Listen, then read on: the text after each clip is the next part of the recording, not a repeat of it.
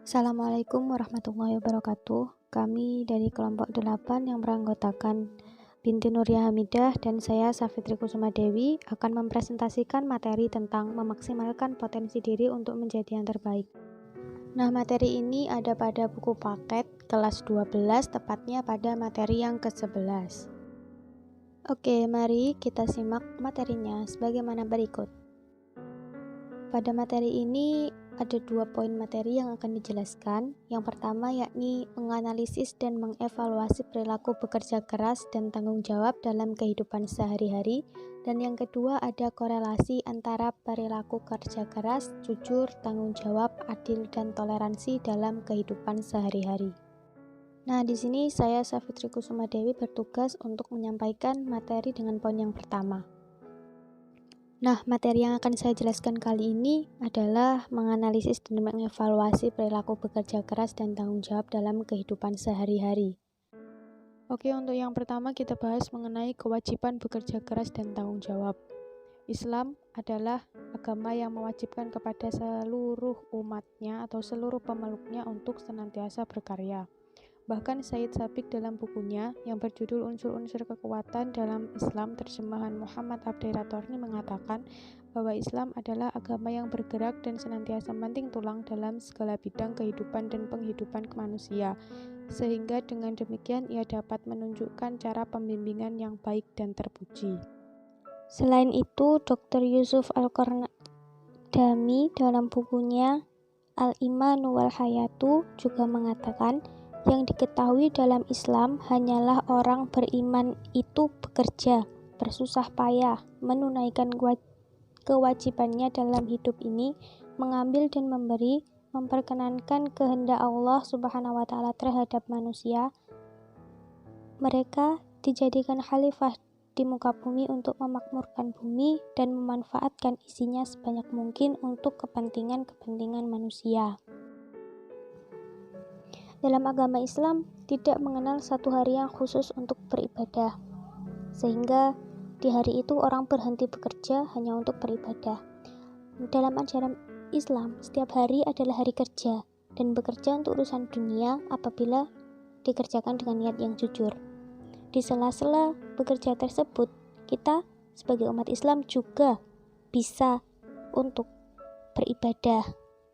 Contohnya ketika kita berjualan di pasar atau dimanapun, ketika terdengar suara azan, kita harus segera untuk pergi ke masjid atau musola untuk menunaikan sholat.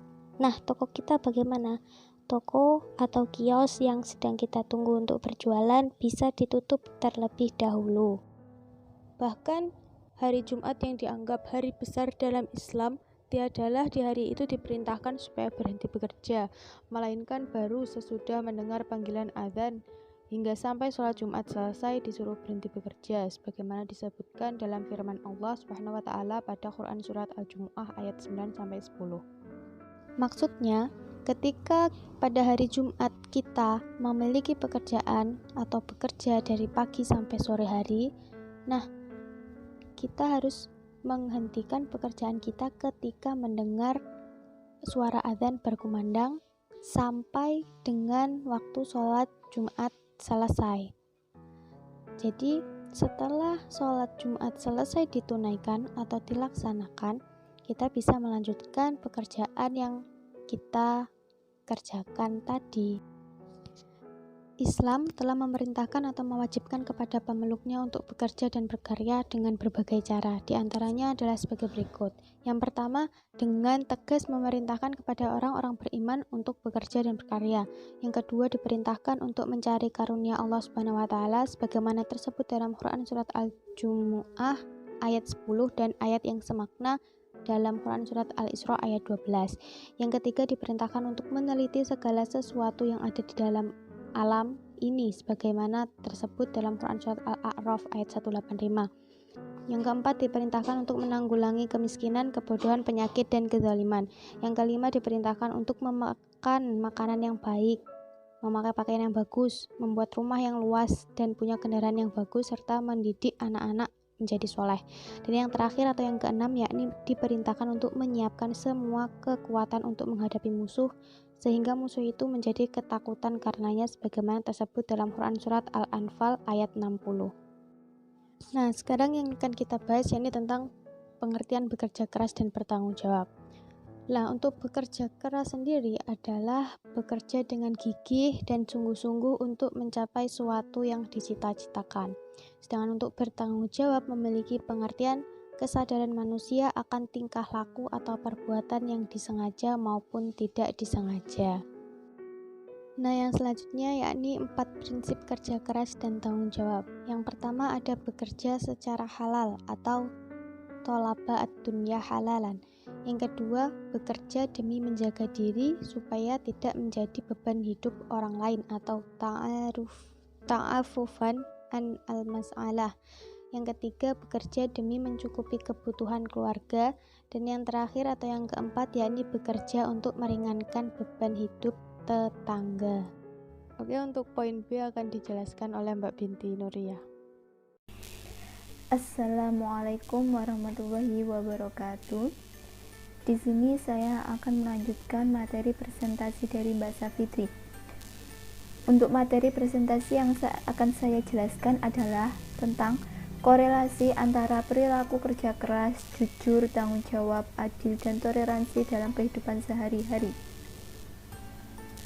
Untuk contoh perilaku yang mencerminkan perilaku kerja keras adalah perilaku seorang muslim harus selalu bekerja keras dalam kehidupan sehari-hari, yaitu di bidang pekerjaan yang dipilihnya. Tidak mungkin pekerjaan yang dipilihnya akan berhasil maksimal jika kita bermalas-malasan atau tidak mau bekerja keras. Kita akan jauh ketinggalan dari orang lain atau umat lain jika kita tidak memiliki semangat kerja keras ini. Agar hasil yang diperoleh dari bekerja keras mencapai tujuan, maka seseorang harus memiliki niat dan kemauan. Melakukan segala sesuatu harus dilandasi motivasi hanya mengharap ridho Allah Subhanahu wa taala. Kemudian untuk perilaku yang mencerminkan seorang jujur adalah orang bekerja keras juga perlu jujur dalam berpenampilan sesuai kenyataan. Seorang yang jujur akan senantiasa menampilkan diri apa adanya sesuai kenyataan yang sebenarnya. Ia tidak memakai topeng dan baju kepalsuan, tidak mengada-ada dan menampilkan diri secara bersahaja. Kemudian untuk perilaku yang mencerminkan adil, Islam memerintahkan kepada kita agar tidak berlaku adil kepada semua manusia, yaitu keadilan seorang muslim terhadap orang yang dicintai dan keadilan seorang muslim terhadap orang yang dibenci, sehingga perasaan cinta itu tidak bersekongkol dengan batilan, dan perasaan benci itu tidak mencegah dia dari berbuat adil atau insaf dan memberikan kebenaran kepada yang berhak. Kemudian untuk perilaku yang mencerminkan toleransi dalam kehidupan sehari-hari adalah sejak dari kecil kita selalu diajarkan untuk sikap sopan santun, jujur, adil, toleransi, dan berbagai aturan-aturan yang berlaku dalam kehidupan bermasyarakat atau sosial. Pembelajaran tersebut bertujuan agar sejak dini kita dapat menanamkan dan menerapkan nilai-nilai atau norma-norma dalam diri kita yang sendirinya akan sangat mempengaruhi bagaimana kita bersikap di dalam lingkungan masyarakat kita. Untuk selanjutnya yaitu contoh perilaku yang mencerminkan tanggung jawab. Di dalam PPT tidak terdapat karena di situ tidak ada, maka saya akan menjelaskan sendiri menurut diri saya. Untuk yang mencerminkan perilaku tanggung jawab yaitu seseorang yang diberi amanah untuk menjadi kepala sekolah, menjadi kades atau yang sejenisnya, itu harus bertanggung jawab atas pekerjaannya. Namun, jangan hanya dengan pekerjaannya, tapi dengan keluarganya, saudara-saudaranya, orang yang di sekelilingnya, dan lain sebagainya. Mungkin itu yang dapat saya sampaikan. Apabila ada kekurangan dari kelompok kami, mohon kritik dan sarannya. Saya akhiri. Wassalamualaikum warahmatullahi wabarakatuh.